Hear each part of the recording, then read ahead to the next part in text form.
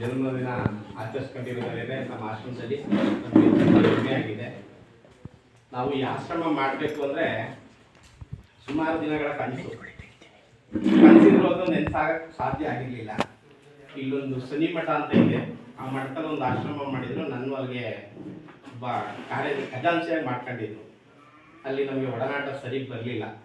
ಸರಿ ಬರದೇ ಕಾರಣ ನಾವೇನು ಮಾಡೋದು ಅಂದರೆ, ನಮ್ಮ ಮೇಡಮ್ ಅವರು ನಮ್ಮನ್ನ ಕರೆದಿ ಕೇಳಿದ್ರು, ಒಂದು ಆಶ್ರಮ ಮಾಡೋಣ ನಾವೆಲ್ಲ ಸೇರಿ ಅಂತೇಳಿ. ಪಾಂಡುಪುರದಲ್ಲಿ ಒಂದು ಬಿಲ್ಡಿಂಗ್ನ ನಾವು ಲೀಸಿಗೆ ತಗೊಳ್ಳೋಕೆ ಅಂತ ಹೋದೋ.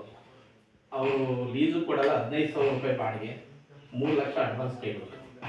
ನಮ್ಗೆ ಅಷ್ಟೊಂದು ನಿಭಾಯಿಸೋಕ್ಕೆ ಕಷ್ಟ ಆಗ್ತು.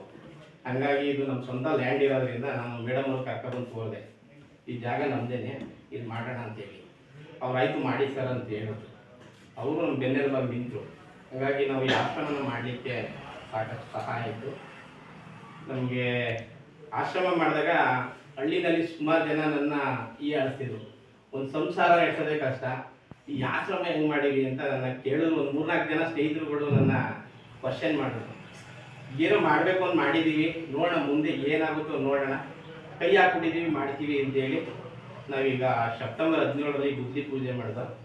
ಅದಾದಮೇಲೆ ಈ ಬಿಲ್ಡಿಂಗ್ನ ಮಾಡಿ ನಾವು ಇನ್ನೂ ಇದನ್ನ ಇನಾಗ್ರೇಷನ್ ಮಾಡಿಲ್ಲ. ನಾವು ಇನ್ನೂ ಸ್ವಲ್ಪ ಕೆಲಸಗಳಿದೆ, ಮುಂದೆ ಶೀಟ್ ಹಾಕಿ ಕಾಂಪೌಂಡ್ ಮಾಡಿ ನಮ್ಮ MLA ಅಧ್ಯಕ್ಷತೆಯಲ್ಲಿ ಮಾಡಬೇಕು ಅಂತ ಒಂದು ಆಸೆ ಇಟ್ಕೊಂಡಿದ್ದೀವಿ. ಹಾಗಾಗಿ ನಮ್ಮ ನಾಗೇಶಣ್ಣವರು ನಮ್ಮ ಕಾರ್ಯದರ್ಶಿಯವರು ಹೇಳೋದಂತೆ ನಿಮ್ಮ ಆಶ್ರಮದಲ್ಲೇ ಒಂದು ಹುಟ್ಟುಹಬ್ಬನ ಆಚರಿಸ್ಕೊತೀವಿ ಅಂತೇಳಿ ಕೇಳಿದ್ರು ಅಂತ ಹೇಳಿದ್ರು. ಆಯಿತು ಮಾಡ್ಕೊಳ್ಳಿ ಅಂತ ಹೇಳಿದ್ರು. ಇವ್ರು ಇಷ್ಟೊಂದು ಚೆನ್ನಾಗಿ ಇಷ್ಟೊಂದು ಗ್ರ್ಯಾಂಡಾಗಿ ಮಾಡ್ತಾರೆ ಅಂತ ಹೇಳಿದ್ರೆ ನಾವು ಹೊರಗಡೆ ಶಾಮಿಯಾನ ಹಾಕ್ತೀವಿ, ಅದನ್ನ ಏನೋ ಮಾಡ್ತಾಯಿದ್ರು. ಸುಮಾರು ಒಂದು 10-20 ಜನ, ಒಂದು 20-30 ಜನ ಕಾರ್ಯಕ್ರಮ ಮಾಡಬೇಕು ಅಂತ ಹೇಳೋರು ಅಂತ ಹೇಳಿದ್ರು. ಮಾಡ್ಕೊಳ್ಳಿ ಅಂತ ಹೇಳಿದ್ರು. ಹಾಗಾಗಿ ನಮ್ಮ ಆಶ್ರಮದಲ್ಲಿ ಅವರು ಇವತ್ತು ಜನ್ಮದಿನವನ್ನು ಆಚರಿಸ್ಕೊಂಡಿದ್ದಾರೆ. ಅವ್ರ ಮುಂದೆ ಇನ್ನೂ ಯಶಸ್ವಿಯಾಗಿ ಬೆಳೀಲಿ, ನಮ್ಮ ತಾಲೂಕಿನಾದ್ಯಂತ ನಮ್ಮ ಜಿಲ್ಲೆಯಾದ್ಯಂತ ಅವರ ಹೆಸರು ಬೆಳೀಲಿ ಅಂತ ಹೇಳ್ತಾ ನನ್ನ ಮಾತನ್ನು ಮುಗಿಸ್ತೀನಿ.